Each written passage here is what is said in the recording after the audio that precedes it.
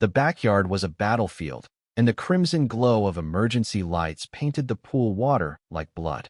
Laura Bennett's screams sliced through the night as handcuffs snapped around her wrists, her pristine heels scraping the concrete. What began as her crusade to force me to fix my neglected pool had spiraled into a nightmare nobody could have predicted.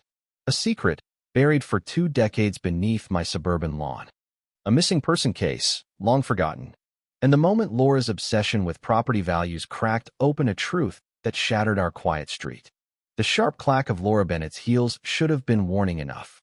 Michael Tran paused, his scraper mid-stroke against the slimy algae coating his empty pool. Months without filtration had turned the shallow water into a rancid, green swamp, reeking of decay. Laura's voice cut through the humid air like a shard of glass. "We need to talk. Now." Michael straightened, his back aching, and faced her. Laura stood at the property line, arms crossed over her immaculate cream blazer, her auburn hair pulled into a tight chignon that sharpened her already angular features. "Morning, Laura," Michael said, setting down his scraper. "What's this about?" "Your pool," she spat, gesturing at the concrete pit. "It's a disgrace.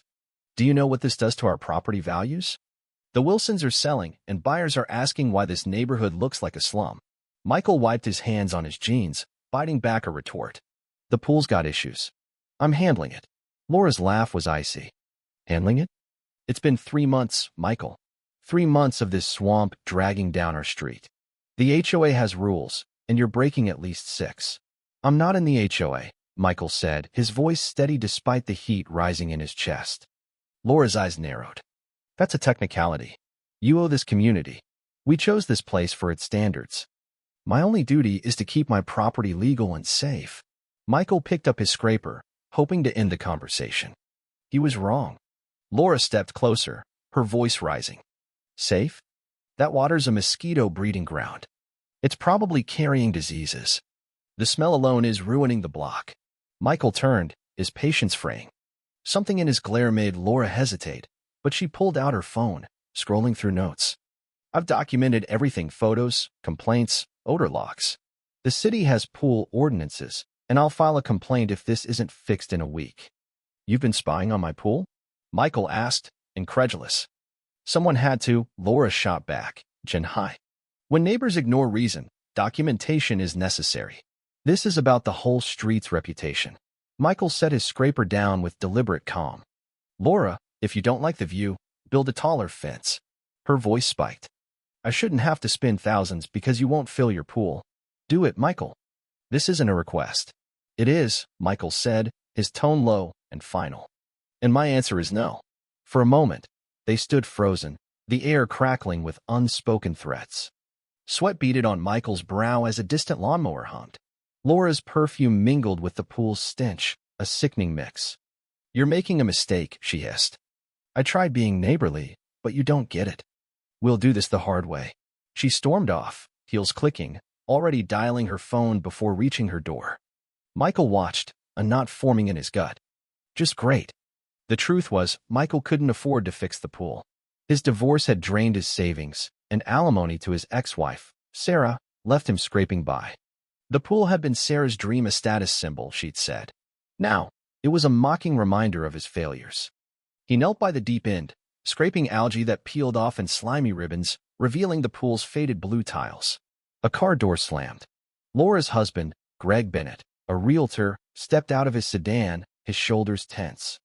Laura met him at their door, her gestures sharp, pointing at Michael's yard. Their voices carried, too muffled to decipher, but the anger was clear. Michael scraped harder, the metal tool grinding against concrete, echoing his frustration. He bought this 1980s ranch in Willow Creek for peace, its large lot a buffer from the upscale development that had swallowed the area. He should have known better.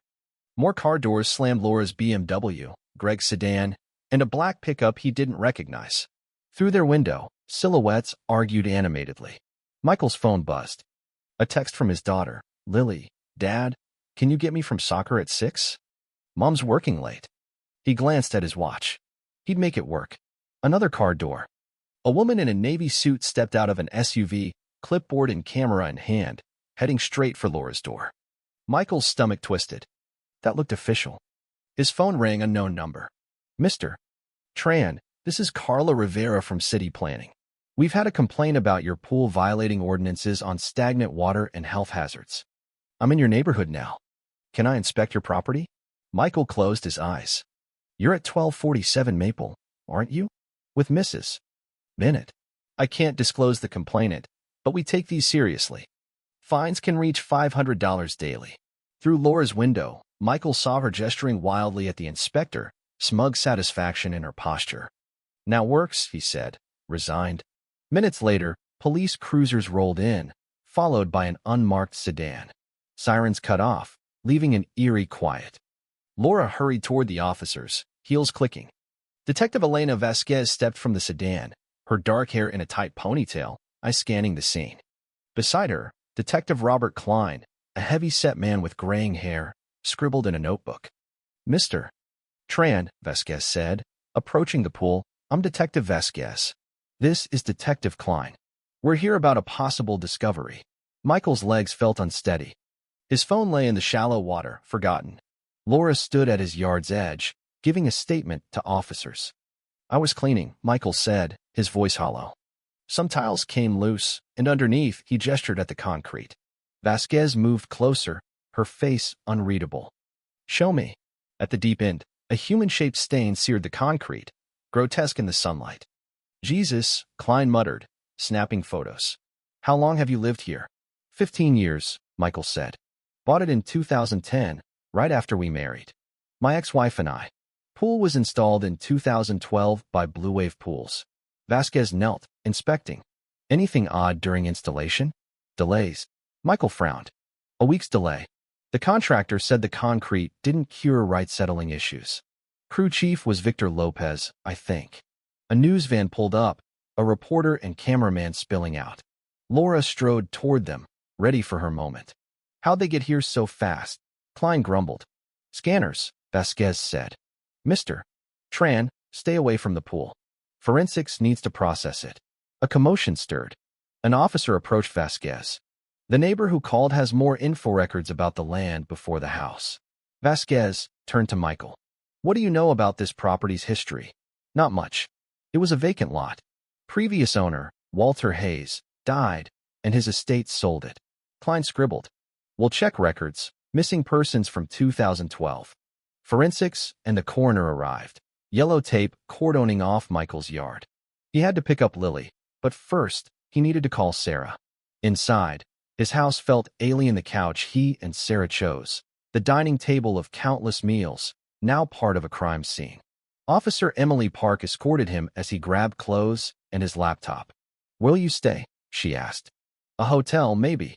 Outside, Laura's voice carried. This neighborhood's always been safe. Shocking to live next to a crime scene. Michael's jaw clenched. By morning, Willow Creek was a circus. News vans clogged Maple Street, reporters buzzing, neighbors gawking. Michael sat in Sarah's apartment, sipping coffee, watching the coverage. Lily, 17, stood in the doorway, worried. Dad, you okay? I'm fine, sweetheart. This isn't your fault. After she left for school, Sarah sat across from him. What about the house? It's a crime scene. Months, maybe. His phone rang. Vasquez. Mr. Tran, come to the station. New information. At the Willow Creek PD, Michael faced Vasquez and Klein across a metal table, a recorder blinking. Vasquez slid documents forward. You mentioned Victor Lopez. His real name was Vicente Morales, tied to 3 other local projects from 1995 to 2012. Patio, basement, another pool, all nearby. Klein leaned in. Did Victor mention other jobs? No, he mostly dealt with Sarah. Vasquez pulled more papers. The neighbor, Margaret Cole, knew Elena Lopez, Victor's wife, who vanished in 1993. Elena was scared of him, said he'd threaten her life if she left. She kept a journal, evidence for a divorce, but it was never found. Klein showed a photo of a smiling Hispanic woman, Elena, in front of a small house. Michael shook his head. Never seen her. Vasquez continued. Forensics says the remains are a woman, 20s or 30s, matching Elena's disappearance. And radar found anomalies near your fence and under your driveway. Michael's heart sank. More bodies. Maybe. Could be debris, but we'll excavate. The driveway concrete, poured in the 90s, hid something older. Laura's perfect yard was next. Vasquez played a news clip. Laura, composed, spoke. Devastating for our community. Property values, yes, but we need to know if there are other victims. The reporter pressed. You complained about Mr. Transpool. Any responsibility? Laura faltered. I was upholding standards. I didn't know it'd uncover a crime. Michael's voice was sharp. Negligence? That's not what happened. Vasquez paused the video. She's framing herself as a hero. But she's also filed to condemn your house, claiming it's a health hazard. Michael's stomach dropped. Condemn it. It's murky legally, Klein said. Get a lawyer. Michael's phone buzzed Sarah. Lily's school is asking questions. Principal wants to meet. He showed the detectives. This is hitting my daughter. Vasquez's tone softened. This'll get worse, Mr. Tran. Media, litigation, the investigation months. Maybe a trial. Trial? Victor's dead. Could be accomplices, Klein said. How many worked on your pool? 3, for guys. I don't recall names. Outside, Laura's voice echoed. Her crusade now a twisted spotlight on a street hiding horrors. Michael stared at Elena's photo, wondering how many more secrets lay buried under Willow Creek's manicured lawns.